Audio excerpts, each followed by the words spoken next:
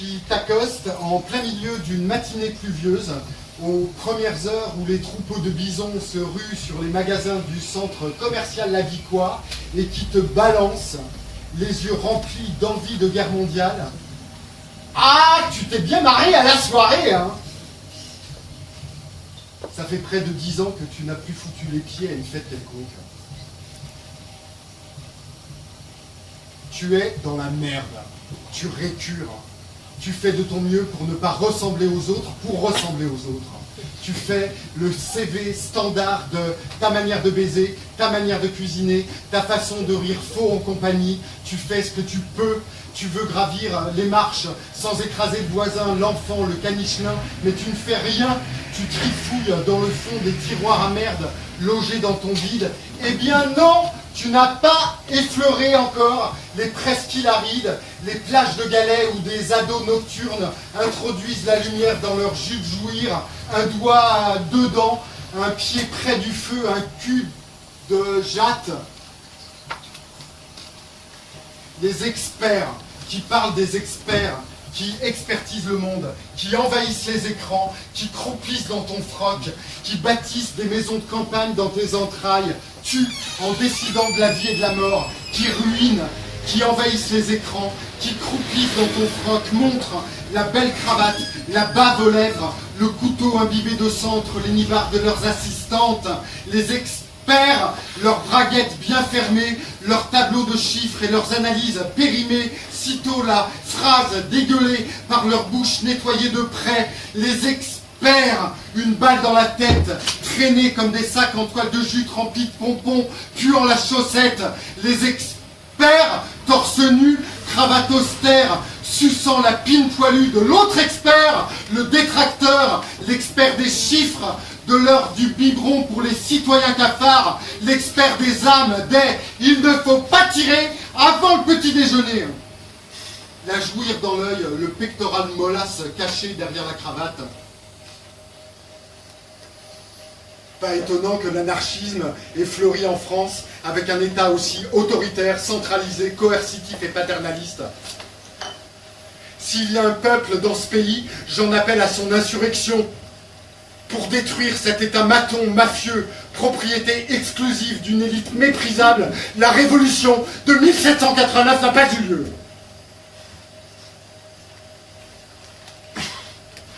Je n'ai pas le fauteuil avec la baie vitrée et l'océan qui chahute à travers. Je n'ai pas le cendrier et le barreau de chaise à moitié fumé, à peine éteint, côtoyant une feuille de papier griffonnée.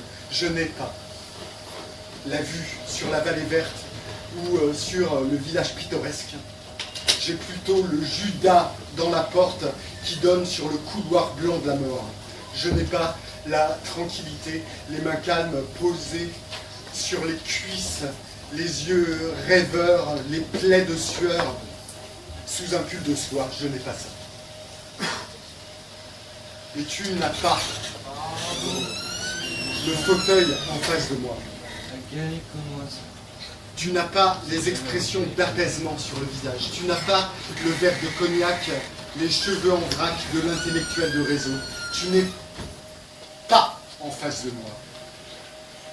Tu n'as pas les genoux croûtés, les mains pleines de callosité, mais tu as l'angoisse du frigo vide qui tourne à plein et engrosse ta facture d'électricité. Tu n'es pas en face de moi, tu es en dehors de moi.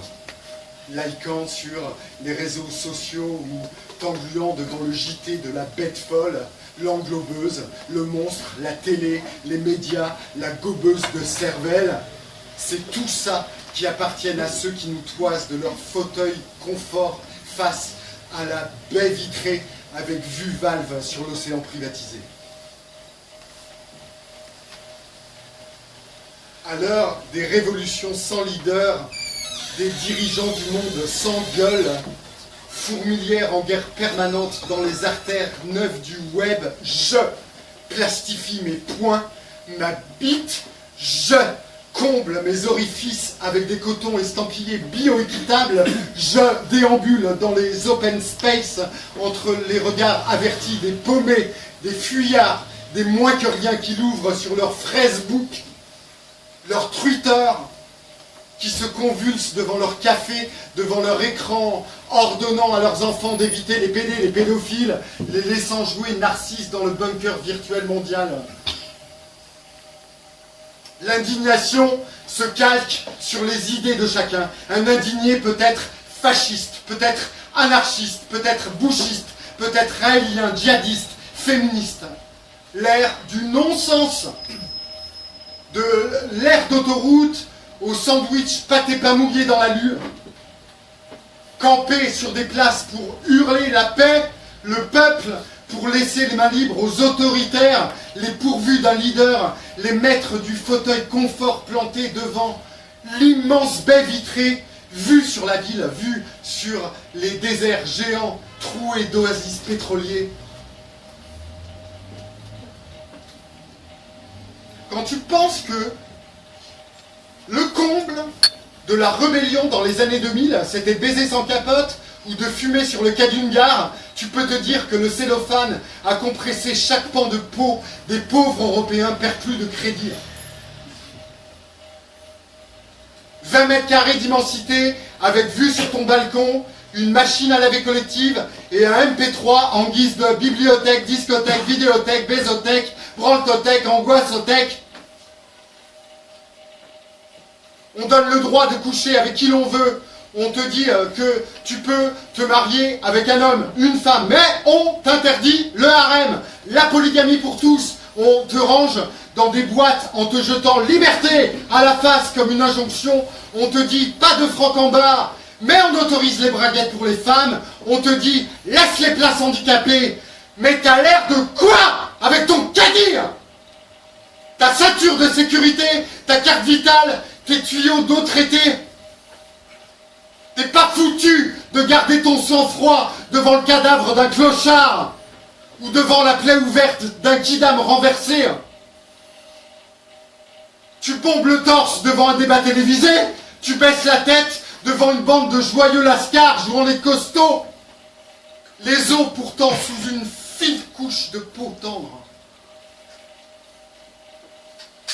Des pays du tiers-monde devenus les pays sous-développés aux pays en voie de développement. Puis, ils ont acquis le statut juste en dessous, celui d'émergents, des jeans neufs, des caddies aussi, comme nous. Puis, ils seront les pays immergés, puis les pays submergés, puis les pays dégueulés, les pays affalés sur le canapé grignotant des chips bio-aspartame en attendant le début du mois, le jour de l'assurance chômage, du minima social, du salaire sexy, de la peur de ne pas pouvoir payer ta facture télécom, SMS illimité, baiser en 150 mots qui finit dans la poche de celui qui a sodomisé l'électroménager par les murs. Les fantômes, les pays effrités, les printemps arabes, les étés brésiliens, les apéros Facebook, les partout Twitter, les on veut aussi s'encrouter sur des matelas 2 sur 2. On se fait face, toi et moi. On a les yeux brumes, lynchés par l'alcool, les joints, le jouir avec les mains. On se fait face, toi et moi. On se fait face. On a vu sur le balcon, sur la matière noire qui s'insinue entre nous. Nous allons nous lever plutôt que nous endormir. Nous allons nous lever plutôt que nous endormir. Nous allons nous lever, nous enlacer, nous faire des grosses paluches sur les muqueuses pour faire tourner les yeux dans les orbites. Satellite de nos vies en orbite. Tantrisme à la con, hein. Nous essayerons torse contre torse. Tu reprends un cognac avant de te dresser sur tes gambettes. Allez, imagine. Allez, imagine. Allez, viens, on va essayer. Tu vas connaître les puissants. Les puissants se foutent des religions, des couleurs, des appareils génitaux féminins, masculins, chiméliens, Ils se servent, ils se vident en nous, ils s'éclatent avec nos corps de soldats de plomb. Des pans de collines sont couverts d'ardoises noires trempées, traversées par quelques chênes massifs. Et regarde cette rue qui serpente, et écoute le moteur faire un drôle de bruit, et les cardans grincer, et les virages s'approcher, se lever contre les roues droites de la méchante Citroën. Hé, regarde un peu, allez, merde! Pose ce verre de cognac un peu.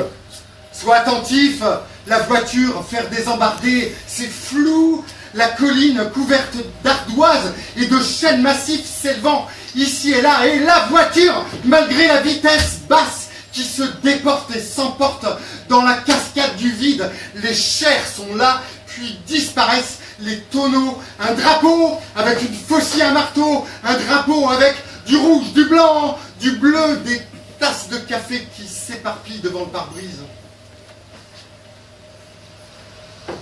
Sans mêler, se penser encore à la guerre froide et penser que c'est cette guerre froide qui n'aurait jamais dû s'arrêter. On s'est gaspillé la paix, on en a fait un calvaire, un ennui, des câbles partout dans les pattes, des soirées avec des verrines, des olives plantées de cure-dents, des napperons rouges en papier, du rayon, tout est jetable, on s'occupe de tout. Des pelles roulées dans des bouches pleines de bagues, des dents brossées matin et soir, et surtout penser que fumer, c'est le cancer. C'est aussi dangereux que la guerre froide, sinon plus.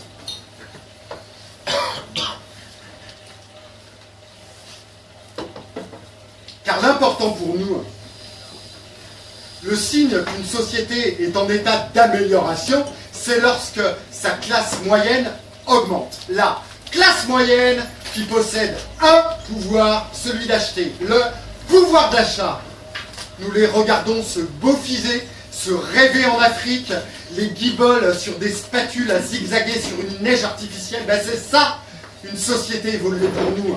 Des affiches partout, en bord de route, des zones commerciales identiques en Chine, en France, au Nigeria, en Argentine. On grimpe dans l'avion, on savoure son plateau repas fait de bouffe en carton, on mate le cul low cost de l'hôtesse de l'air, et on se dit c'est bon, c'est un Airbus, le fleuron de notre industrie, c'est bon. Il m'emmène dans un pays où il y a une classe moyenne naissante, tout va bien. Les seules angoisses deviennent parfois de la terreur. Est-ce qu'ils ont le Wi-Fi gratuit? Est-ce qu'ils ont une hygiène irréprochable? Ont-ils parqué leurs pauvres malheureux dans des quartiers éloignés de la plage? Je n'exagère pas. Tiens, je t'en sers un. Allez, fais pas ta fiotte. T'es déjà pompette ou bien? Je passe la frontière tous les soirs. Suant sur le canapé mou de citoyens classés hard discount. Je passe la frontière tous les soirs. Traverse le balcon, me jette dans le vide, dans le flux continu du jus nucléaire. Je passe la frontière tous les soirs pour t'effleurer des yeux sans qu'aucun douanier ne s'en aperçoive.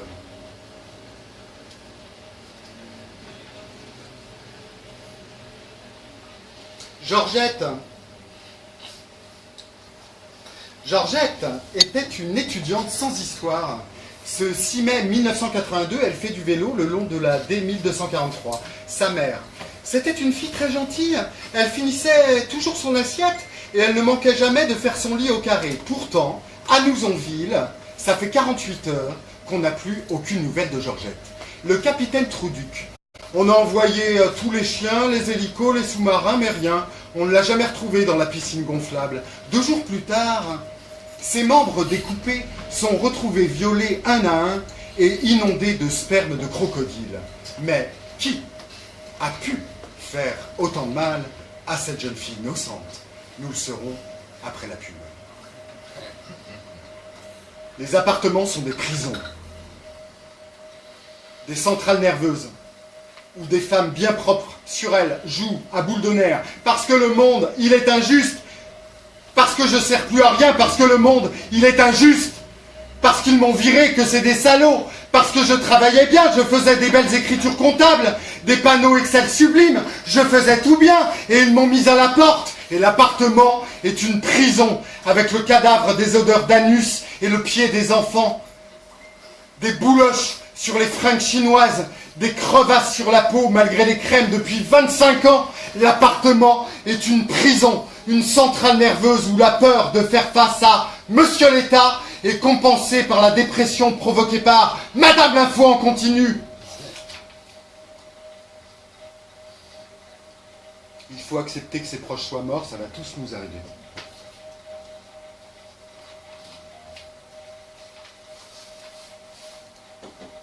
Mots de passe égarés. Code personnel oublié. Les jambes sectionnées par des journées où tu es soudé à la chaise à roulettes, rythmé zouké par les clics de ta souris. Dehors, il fait si froid, c'est un peu à cause de moi. Les pots d'échappement ne cesseront plus de cracher et la croûte terrestre sera percée de toutes parts pour pomper les minerais de tes outils, tes prothèses informatiques, tes amis, tes amants, tes salopes, tes gostrons, tes kleps de compagnie, tes autoroutes du soleil et toi, ton rien que toi, ton rien, ta façon de rester ce rien. Ce cul minable dégoulinant sur le faux cuir de ton fauteuil président et clic, déhanché, clic et clic, déhanché, clic et clic. Je te demande de te lever, peu importe l'ivresse, de t'approcher de moi, comme il dit, laisse les morts, enterrer les morts. Allez, viens, accroche-toi à tes hanches rachitiques, déboîte puissamment ton bassin pour pousser un pied devant, puis l'autre pied devant. Allez, fais vite ou cliquez, cliquez, clique. Allez, viens. Allez, lève-toi, arrête de faire la greluche, rejoins-moi. Allez, viens dans mes gros bras contre mon big gras. Allez, viens là, allez. Fais la forme d'un flingue avec tes doigts que tu plantes dans ta gorge si le cœur t'en dit, mais viens là, allez, viens contre la charniste qui t'aidera à marcher droit. Regarde, derrière toi, il y a le balcon, pas de parachute, une douce odeur de café produit par quelques esclaves des pays immergés, submergés, dégueulés. Allez, une traversée du désert en quelques pas, un saut salutaire dans la joie, jouir précoce comme mauvais souvenir. Allez, viens là, contre moi, entre en moi, enfile mes jambes et mes bras et mon chibre et mes joues et mon pif et ma boîte crânienne comme des gants. Je suis ton géniteur par les mots, ton tas de flasque, l'odeur douce du café après le bain d'alcool, la saveur légère de la liberté d'un laps après une traversée d'un marécage de stress. Tu peux maintenant m'embrasser par l'intérieur de ma bouche et craquer mes chairs comme le papillon jaillissant du cocon sec. Pour quelques heures, le temps nécessaire à chacun pour ranger son existence. Car enfin, avant de sauter, je te le dis, et je n'y reviendrai pas, je ne t'aime jamais.